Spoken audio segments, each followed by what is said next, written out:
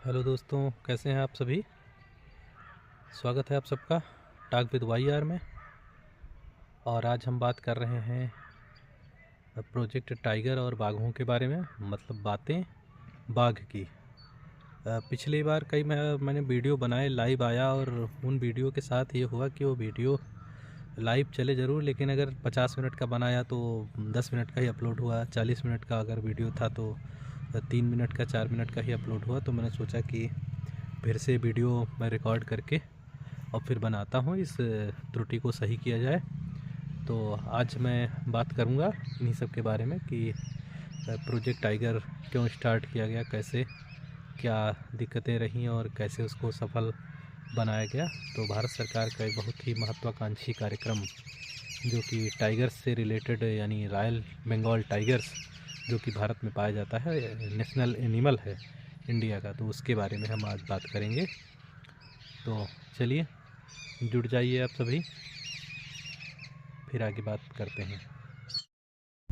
तो बाघों के बारे में बात करने के लिए हम शुरुआत करते हैं, थोड़ा बाघों के बारे में जान लेते हैं कि बाघ क्या होते हैं। तो थोड़ा बहुत जो जानकारी जो पता होनी चाहिए, तो उसमें बाघ जो भारत में पाया जाता है उसका नाम रॉयल बंगाल टाइगर, भारत का ये नेशनल एनिमल है, राष्ट्रीय पशु है।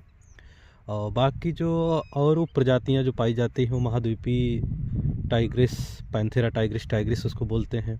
सुंडा, जो जावा इंडोनेशिया का जो द्वीप है वहाँ पे सुंडा, पैंथेरा टाइग्रिस सुंडाइका उसको बोलते हैं। जो इनका निवास स्थान होता है वो उष्णकटिबंधीय वर्षावन, सदाबहार वन, समशीतोष्ण वन, तो मैंग्रोव जो सुंदरबन का इलाका है, दलदली वाला घास और मैदान और सवाना, जैसे अफ्रीका वाला जो सवाना क्षेत्र है या जहाँ बड़ी बड़ी झाड़ियाँ हों, वहाँ इनके पाए जाने का मतलब एक अच्छा क्लाइमेटिक इनका एनवायरनमेंट होता है जहाँ पर ये निवास कर सकते हैं और अच्छे से सरवाइव कर सकते हैं, विकसित हो सकते हैं, बढ़िया आराम से अपना परिवार बढ़ा सकते हैं। अब जो देश जहाँ पर टाइगर्स पाए जाते हैं उसमें 13 बाघ रेंज देश हैं जहाँ प्राकृतिक रूप से पाए जाते हैं। उनमें भारत है सबसे बड़ा, तो भारत ही कहा जाएगा, फिर नेपाल, भूटान, बांग्लादेश, म्यांमार, रसिया, रूस, चीन, Thailand, Malaysia, Indonesia, Cambodia, Laos और वियतनाम। लेकिन ये इतने देश इसमें हैं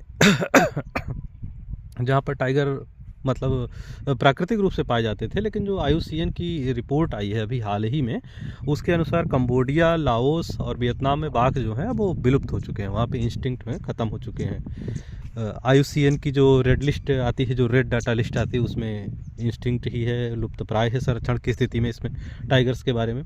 साइट्स जो इसके ट्रेड पे जो एक जो देखती है इंडेंजर्ड स्पीसीज के ट्रेड को कंट्रोल करने के लिए जो संस्था जो उसमें परिशिष्ट, उसकी सूची परिशिष्ट 1 में है ये WPA जो वाइल्ड प्रोटेक्शन एक्ट है, वाइल्ड लाइफ प्रोटेक्शन एक्ट 1972, उसमें भी अनुसूची 1 में है। तो टाइगर ऐसा नहीं है कि मतलब बहुत नॉर्मल चीज़ है, वो बहुत इंस्टिंक्ट हो गया है, खतरे से बाहर नहीं है। तो इसलिए उसको आप देख रहे हैं कि इन सारी चीज़ों में उसको रखा गया है। खतरे जो हैं उसका जो आवास, उसका भी खंडन हो रहा है, अवैध शिकार किया जा रहा है। इंटरनेशनल मार्केट में टाइगर ट्रेड का बहुत बड़ा स्कोप है और बहुत बड़े स्तर पर टाइगर की ट्रेडिंग होती है, इसलिए उसको संरक्षण के इतने बेहतर उपाय जो हैं किए जा रहे हैं। मानव वन्य जीव संघर्ष भी बहुत सारा हो रहा है। तो अब इसमें भारत का जो एक प्रयास है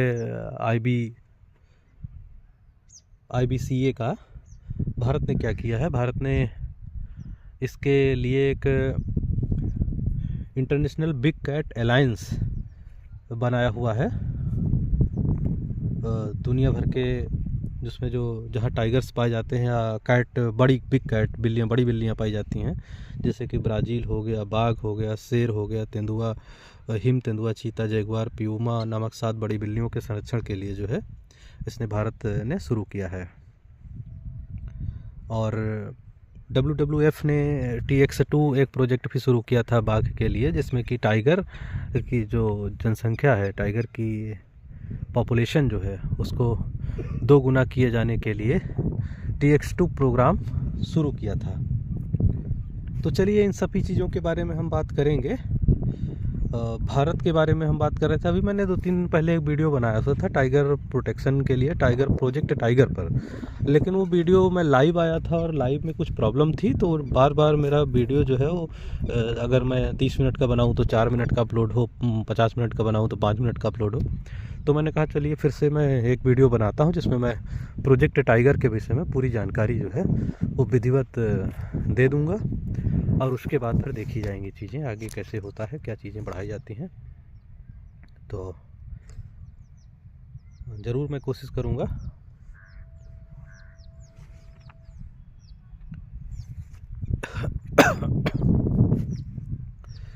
तो प्रोजेक्ट टाइगर की बात यह है कि जब भारत आज़ाद हो रहा था तो उससे पहले हम पीछे के दशक में चलते हैं, सन 1900 के आसपास भारत में लगभग 40,000 टाइगर थे, और उन 40,000 टाइगर्स के बाद भारत में जब आज़ादी के टाइम लगभग 1800 टाइगर ही रह गए पूरे भारत में।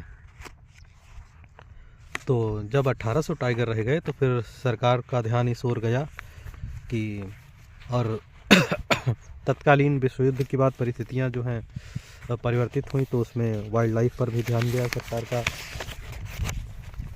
तो सरकार ने कहा कि इस पे संरक्षण की ओर कुछ ध्यान देना होगा। तो 1972 में स्टॉकहोम, जो स्वीडन का एक, स्वीडन में स्थित शहर स्टॉकहोम में एक पर्यावरण पर एक सम्मेलन हुआ, और उसके बाद भारत में प्रोजेक्ट टाइगर की शुरुआत 1 अप्रैल 1973 को की गई। तो 1 अप्रैल 1973 को प्रोजेक्ट टाइगर जो है भारत के 9 टाइगर रिजर्व में उस समय शुरू किया गया।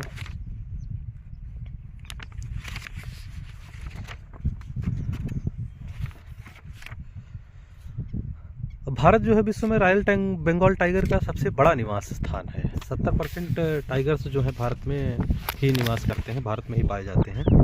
दुनिया भर के जो 70% बाघ हैं, इसीलिए अपने यहाँ जो है वो खतरा भी ज़्यादा है। इसीलिए अपने यहाँ जो खतरा है टाइगर्स पे बहुत ज़्यादा है, क्योंकि सबसे ज़्यादा जहाँ बाघ होगा वहीं पे लोग शिकारी भी आएंगे, वहीं पे शिकार करना चाहेंगे। तो इन्हीं बड़ी बिल्लियों को प्रोटेक्ट करने के लिए, सुरक्षित करने के लिए प्रोजेक्ट टाइगर की शुरुआत की गई। क्योंकि हमारा ये नेशनल एनिमल है। तो सबसे पहले जिम कॉर्बेट नेशनल पार्क जो उत्तराखंड है, उत्तराखंड में, वहाँ पर शुरुआत की गई प्रोजेक्ट टाइगर की।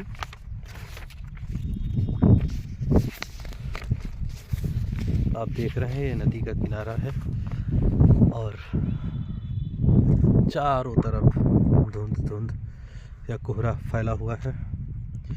तो प्रोजेक्ट टाइगर शुरू करने के जो एम थे, जो लक्ष्य थे, उनमें बाघों के आवासों में कमी लाने वाले कारकों की पहचान करना है, मतलब जो जिनकी वजह से बाघों के आवासों में कमी आ रही है, और जो उपयुक्त प्रबंधन करके उनकी कमी का निवारण करना।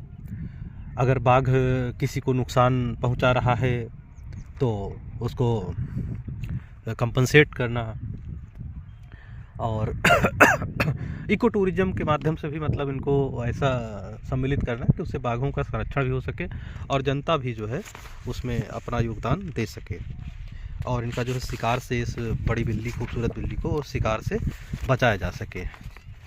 तो ये पूरी तरह भारत सरकार द्वारा पोषित कार्यक्रम था।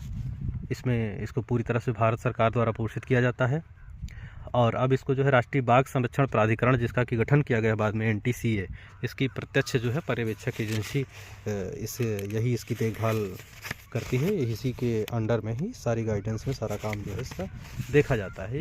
या आप ये मान सकते हैं कि टाइगर्स के बारे में जो भी चीज़ें होती हैं वो सारी चीज़ें जो है वो NTCA ही डिसाइड करती है, और सबसे टॉप बॉडी है जो निर्णय लेने की संस्था है। अब जानते हैं कि जब प्रोजेक्ट टाइगर शुरू किया गया था तो किन परिस्थितियों में, कैसे कि जब 1973 में प्रोजेक्ट टाइगर शुरू किया गया, उस समय भारत में लगभग 10,000 वर्ग किलोमीटर में जो 9 बाघ अभयारण्य फैले हुए थे, जो उन्हीं में उनको चिन्हित किया गया, और उसमें 1980 के दशक तक इसमें 15 हो गए, और कुल लगभग 25,000 लगभग वर्ग किलोमीटर बाघ क्षेत्रों के लिए आरक्षित कर दिया गया। 1984 तक 1100 बाघ हो गई थी, जो टाइगर रिजर्व थे उसमें 1100 बाघ हो गए और प्रोजेक्ट बाद में और इसमें जोड़े गए। 1997 तक तो प्रोजेक्ट टाइगर के तहत लगभग 33,000 वर्ग किलोमीटर क्षेत्र में 23 बाघ अभयारण्यों को संरक्षित कर दिया गया। लेकिन अब इनकी संख्या में वृद्धि फिर भी नहीं हो रही थी और लगातार जो है ये बाघ जो है उनमें ऐसे कुछ नहीं हो पा रहा था जिससे कि इनकी संख्या बढ़े। तो दिक्कतें बढ़ रही थी और लग रहा था कि ये तो लुप्तप्राय ही हो जाएंगे। और 2006 की जो पहली बाघ जनगणना हुई देश में, उसमें अनुमानित लगभग 1411 बाघ ही बचे हुए थे। अब 1412 बाघ बचे थे, जिसमें कि समझिए आपकी बहुत कम संख्या हो गई है।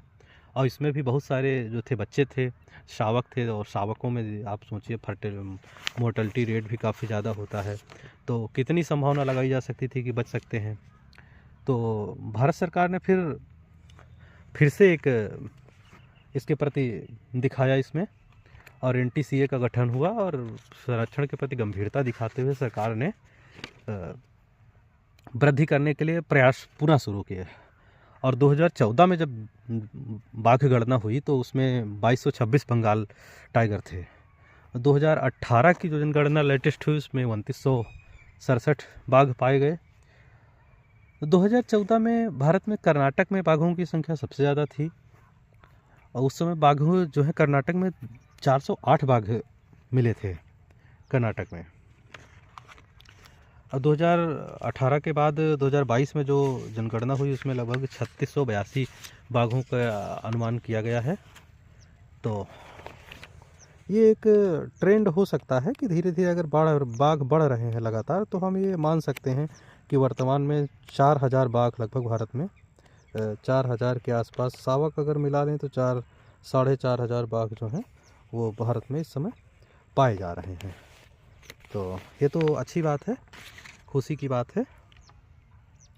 अब प्रोजेक्ट टाइगर जो है, अब उसी में NTCA शामिल हो गया 2006 के बाद। तो NTCA परियोजना बाघ का पूर्ण संचालन करने के लिए, प्रबंधन करने के लिए उत्तरदायी है। इसमें तकनीकी विशेषज्ञों का समूह शामिल होता है, क्षेत्रीय निदेशक होते हैं, और इसमें वन पर्यावरण जो मंत्री होते हैं वो भी टॉप बॉडी में, गवर्निंग बॉडी में शामिल होते हैं। अब इनकी विभिन्न संरक्षण इकाइयाँ जो हैं वो पूर्वी घाट, पश्चिमी घाट, मध्य भारत, तो इस प्रकार से इन्होंने अपनी जो है बनाई हुई है कि उसमें संरक्षण करने के लिए उत्तर पूर्व संरक्षण इकाई, सरिस्का के लिए अलग से बना दिया है, काजीरंगा के लिए अलग से, शिवालिक अलग से, सुंदरबन के संरक्षण के लिए NTCA ने अलग से अपनी यूनिट बनाई हुई है।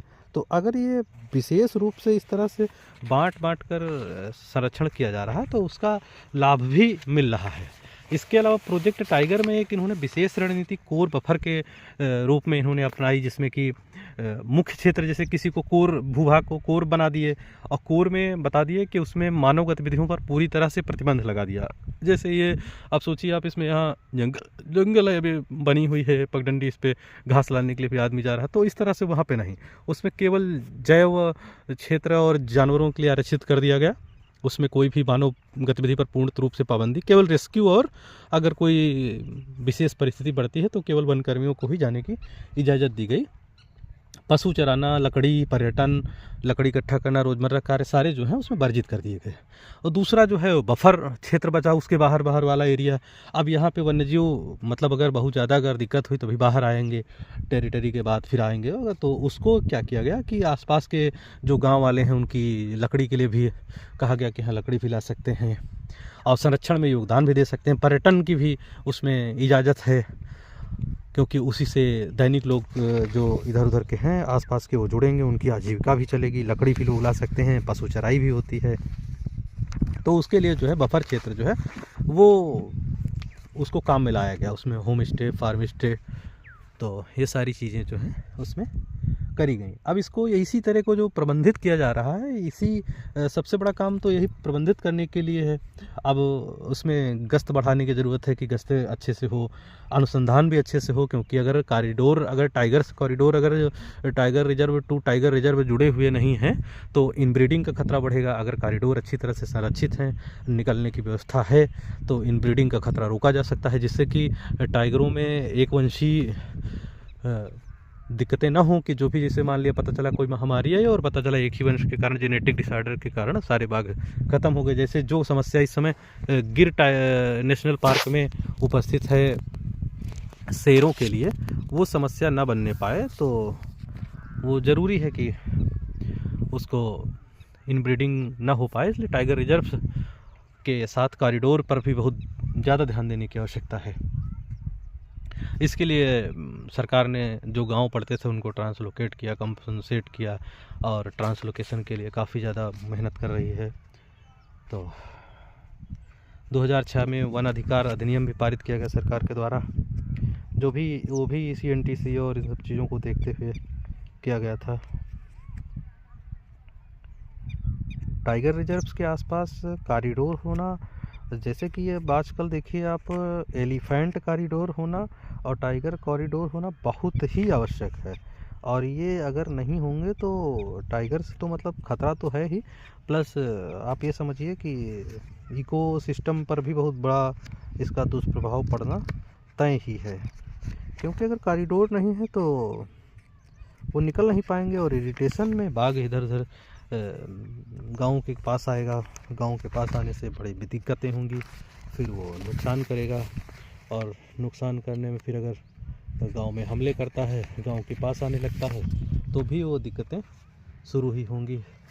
तो उससे अच्छा है कि कॉरिडोर हो और वो एक टाइगर रिजर्व से दूसरे टाइगर रिजर्व चले जाएं, अगर उनको मीटिंग करना है या चीज़ें जो उनकी अपनी ज़रूरतें हैं, अगर जाना चाहें तो सीधे वहीं जा सकते हैं।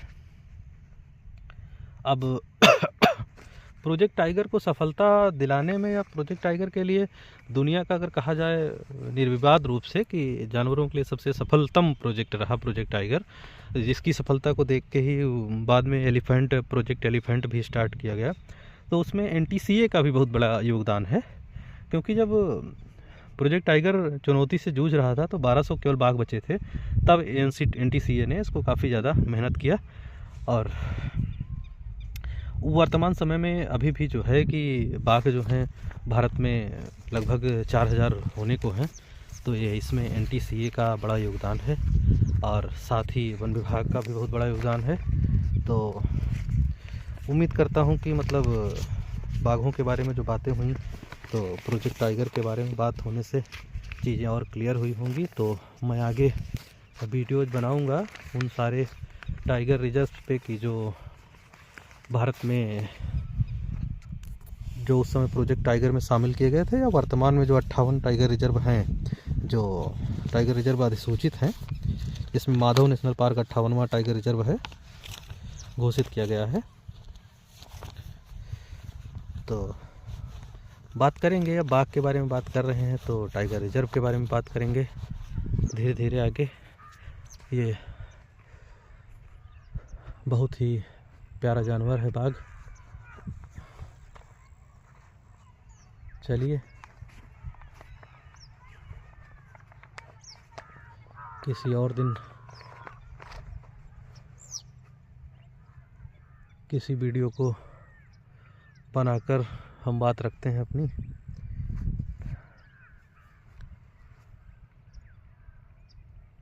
ये नदी देखिए और सुनिए।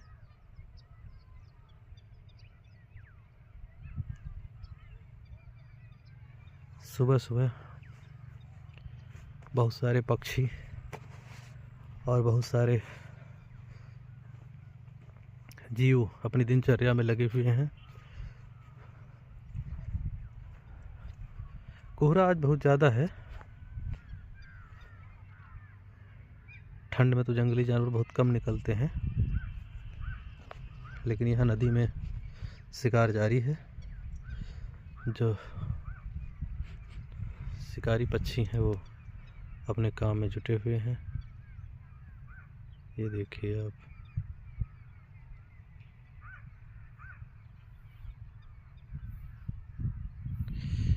तो प्रोजेक्ट टाइगर के बारे में बस यही बताना था कि आप ये चीज़ समझिए कि मैं सोच रहा था कि बाघों के बारे में बात करें, और सबसे बड़ी चीज़ जो बाघ के बारे में जो शुरू हुई, तो 1 अप्रैल 1973 से स्टार्ट हुआ प्रोजेक्ट, जो इंदिरा गांधी जी और कैलाश सांखला, जो कि टाइगर मैन ऑफ इंडिया कहे जाते थे, उनके प्रयासों से शुरू हुआ, तो उनका भी बड़ा योगदान रहा। जो एक क्रिटिकल जानवर हो, संरक्षण के लिए क्रिटिकल स्थिति में था, जो कि एक लुप्तप्राय प्रजाति हो गई थी भारत से, और भारत का गौरव भी है। और टाइगर से जो है वो पर्यावरण की दृष्टि से, इकोलॉजी संरक्षण की स्थिति से काफ़ी महत्वपूर्ण है। अगर सोचिए आप, टाइगर से सुरक्षित हैं तो जंगल सुरक्षित हैं, और जंगल सुरक्षित हैं तो आपकी इकोलॉजी सिस्टम सुरक्षित है, इकोलॉजी सिस्टम सुरक्षित है तो हम सुरक्षित हैं। मतलब जल, जंगल, ज़मीन अगर सुरक्षित है तो भी सभी चीज़ें जो हैं वो सुरक्षित हैं।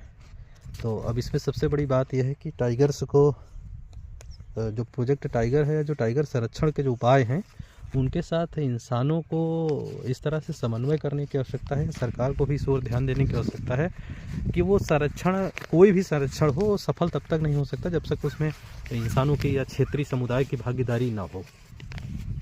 अब आप देखते हैं कई, जैसे नदी है, अब इस नदी में संरक्षण कैसे सफल हो सकता है। मान लिया ये एक बहुत अच्छी जल निकाय है, अब इसमें प्रवासी पक्षी आते हैं, पता चला गांव वाले शिकार कर लें, तो फिर दोबारा प्रवासी पक्षी आएंगे, इधर नहीं आएंगे ना। तो इसलिए सबसे ज़्यादा ज़रूरी है कि स्थानीय समुदाय अगर संरक्षण के प्रति जागरूक नहीं है तो कोई भी संरक्षण प्रक्रिया, संरक्षण अभियान सफल नहीं हो सकता है। तो सरकार को ये प्रयास करने की आवश्यकता है, या सार्वजनिक संगठनों को इस प्रयास में मदद करने की आवश्यकता है कि वो स्थानीय निवासियों को जागरूक करें।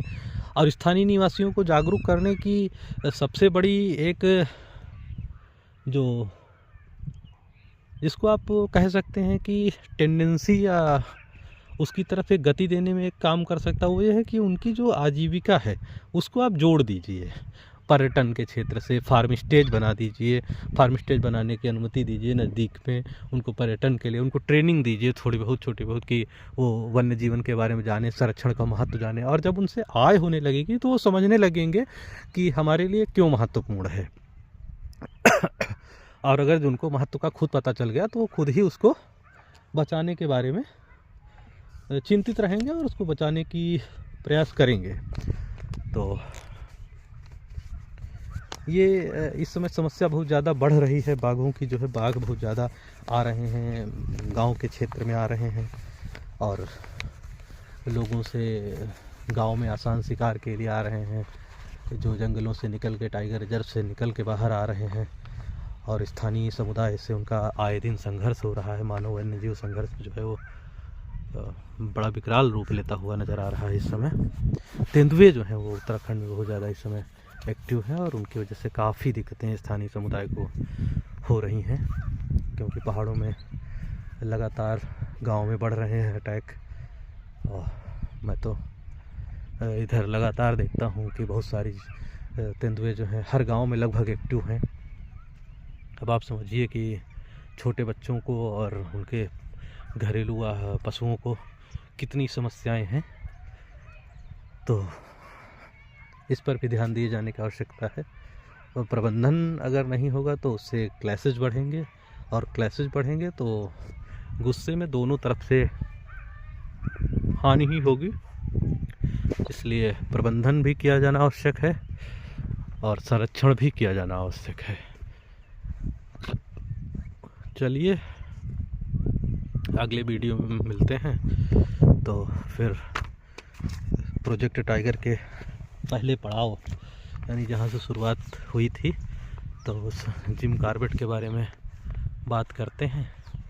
तब तक के लिए विदा दीजिए। नमस्कार, जय हिंद।